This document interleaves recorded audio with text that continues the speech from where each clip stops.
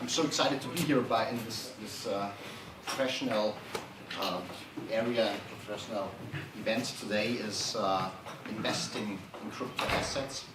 And I saw preparing about the talk and I thought about a moment, it was a couple of years ago. I was in Munich in a crowded bar with a friend of mine, and we were sitting there. It was a Bitcoin meetup we had there, and for the first time at that Bitcoin meetup we had more than 100 people joining us there, so it was really crowded, the bar. And we were sitting there discussing about the philosophy, design principles of Bitcoin, the implications about society, and for sure who might be Satoshi Nakamoto. And suddenly this friend of mine, who is in my opinion one of the safest people in crypto, he said, looking at that space, he said, "This reminds me of a scene from 2001 Space Odyssey." And I said, how can Bitcoin remind you of this film from Stanley Kubrick? You may, for those of you who have seen the film, maybe you know what I'm talking about. There is a scene where there is this dawn of a new day and this huge wide savanna in Africa, and there is a cave, apes sitting there, waking up and moaning and rubbing their eyes, and suddenly they see this big black monolith in front of them. It wasn't there the evening before. So some of them stomp on the ground, some of them shout at the monolith, but it doesn't move. So they get closer and closer, they are a little bit scared, and one has so much courage, he tries to touch it. Nothing happens. Then they gather around and more touch it. Some of them are so crazy, they kiss it, and they start to dance around it. After this evening in the bar, I started to think deeper and deeper about this metaphor, what it means, the implication. And I came to the conclusion what this film scene shows, this monolith, and what we've seen with Bitcoin is something really new. It's so new that I came to the conclusion nobody is an expert. I'm not an expert, I met no expert, we are all explorers in that space. We try to figure out what this is all about. And I thought more and more about the conclusion that I can draw of this fact that everything is new here. And my conclusion is to have some state of, I would call it quantum state. Yeah? On the one hand side, I try to be as open as possible, to learn and to get as much information as possible. On the other hand, I try to develop my own filters. So I want to talk today about the filters. What is important, what is not important, what is signal, and what is noise here in that space. I want to show and share with you my experiences and show you three basic filters. I have for me some groundwork to do. They may sound naive, but anyhow, it's simple somehow. My first filter is when you want to invest in cryptocurrencies, crypto assets, it's pretty simple, use them. They're really hard explained. Somehow we see PowerPoint slides with a lot of arrows and this goes there. Just use them. Install them on your wallet. It's pretty simple, it takes 5 minutes. Do some transactions. Number one. Number two, I suggest go out and meet the community. Also, this sounds simple, but for me it was everything, nearly everything. To meet the people there, to talk with them. They're tech savvy, they're enthusiasts, they explain everything to you. This helps a lot. Number three, also pretty simple, go to crypto Twitter. Twitter in the old days when you think of social media, Twitter is one of them. No, crypto Twitter is really different. There the people gather, they share openly informations, and everybody of you maybe is interested in a separate aspect of this all of the scene. So find the people that are relevant for you. I, as a value investor, I follow people like Chris Berniske, who recently wrote a book about crypto asset investing, who does a lot of work in valuing crypto assets, or Woonomics is another guy that is into valuing these assets. So find the people on Twitter that are relevant for you, build trust relationships, you can learn a lot. So this is basically the groundwork I wanted to lay out. This talk is about separating signal from noise. Why is it so important? You have just one bandwidth, and within this bandwidth you get information. According to Claude Shannon and his famous Shannon-Hartley theorem, it's important in this bandwidth to separate signal from noise and to raise somehow the signal and to reduce the noise. How can you do this? I want to share with you a random news item that you all heard last year. In the end of last year, it was December, and then we heard something like China is banning Bitcoin trading and is thinking about regulating Bitcoin mining. So you read this, what to think about it. I came to the conclusion, and for me, I built a framework which I call blockchain or crypto native metrics. When you go to the stock market, you have metrics like price earnings rate, debt to equity ratios, and so on and so forth. In crypto, we have something different. And so I think it's important to have this different and this real native blockchain metrics to use and to look at. So when you take this news item again, China is banning trading and maybe regulating mining. Where do we look at? We look at the hash rate, for example. We look at the hash rate, has it a real impact?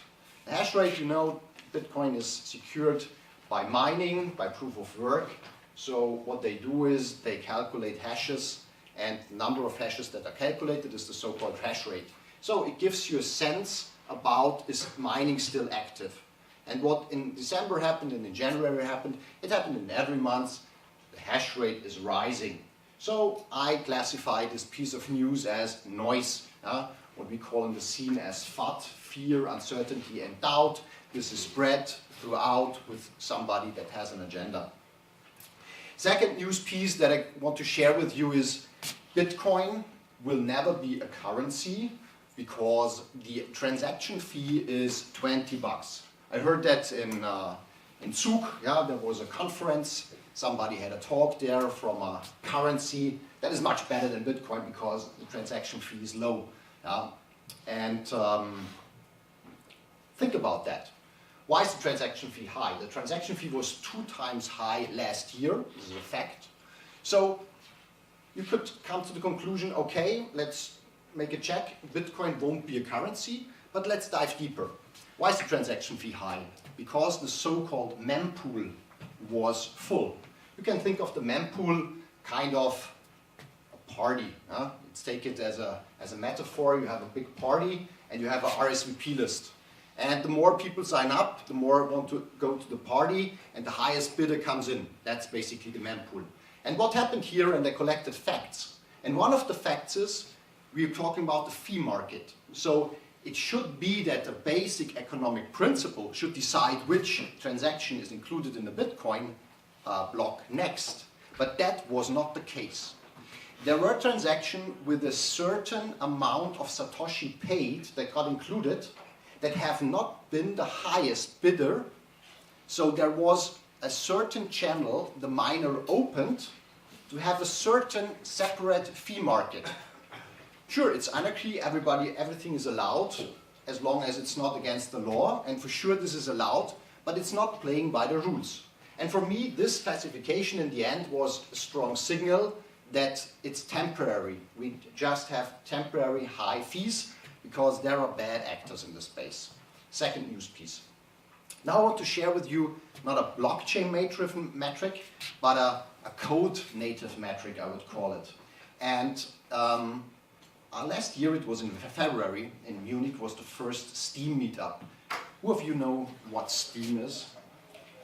Okay, pretty much everybody. So just real quick, Steam is a blockchain that organizes a social network. And at this first meetup, I was pretty enthusiastic that there is a meetup in Munich about Steam, about this small blockchain, at that time 20 million market cap. And I talked to the 4 people there, and the situation and the mood was really depressed. They said, man, there is no development in the blockchain space, the communication is bad, so everything seemed to be bad. But I thought to myself, I heard of Steam something different, that it's going better there. I was talking to somebody that was a little bit quiet, and I asked him, so is this project, in your opinion, is it dead? He said, no.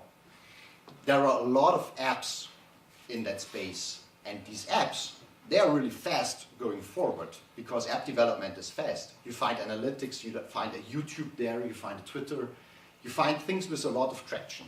I drove back home, I was really curious if he was right, and I figured out he was right. I looked at GitHub, it looked really promising. And the market sooner or later reacted. At that time in February, that was the all-time low. The market figured out that that was not the true valuation. Right now we have a valuation of around about $1 billion there. So for me that was a strong signal at that time. The last signal, I want to conclude with a ratio. I talked about the price-earnings ratio. The price-earnings ratio, when you're in the stock market, I assume you know what I'm talking about. It places the valuation of the market right now in relation to the earnings.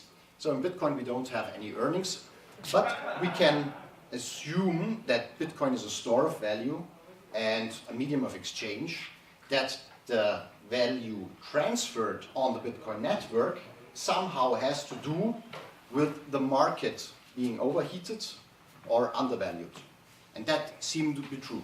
And this metric I'm talking about is called NVT, short, or not as an acronym, it's called Network Value to Transaction Ratio. It was, people behind it, I mentioned before, one of the guys is Woonomic. He goes with the moniker Woonomic on Twitter. He found out about this, and it was really, really accurate at that time. You have to a little bit trick it and smooth it out with averages, but it's good at predicting highs, tops, and also you can predict with it really good lows. I think we are there at it's the beginning of a new era. You know, when you think, okay, this is the only signal real ratio that you could present right now. When you think of the stock market, we had the Dutch East India Company in the 1600s, and it took 400 years until they built a framework in the stock market. In crypto, 2 years ago, there was nothing. There was no ratio, there was no analysis, there was no valuation, there was nothing. And now, 2 years later, we have around 2,000 people that are really enthusiastic about the topic. And my assumption is that within the whole, crypto we are 10 years old. Within 5 years, so in summary, in 15 years, we did what the stock market did in 400 years. That's, I think, the way we are going. So that's from my side what I wanted to share with you about signal separating from noise. That's basically to summarize in small bullet points is do your homework, do your research for sure, go down the rabbit hole, read everything, separate through filtering, and last but not least, join the community and for sure have fun. All right, time for questions.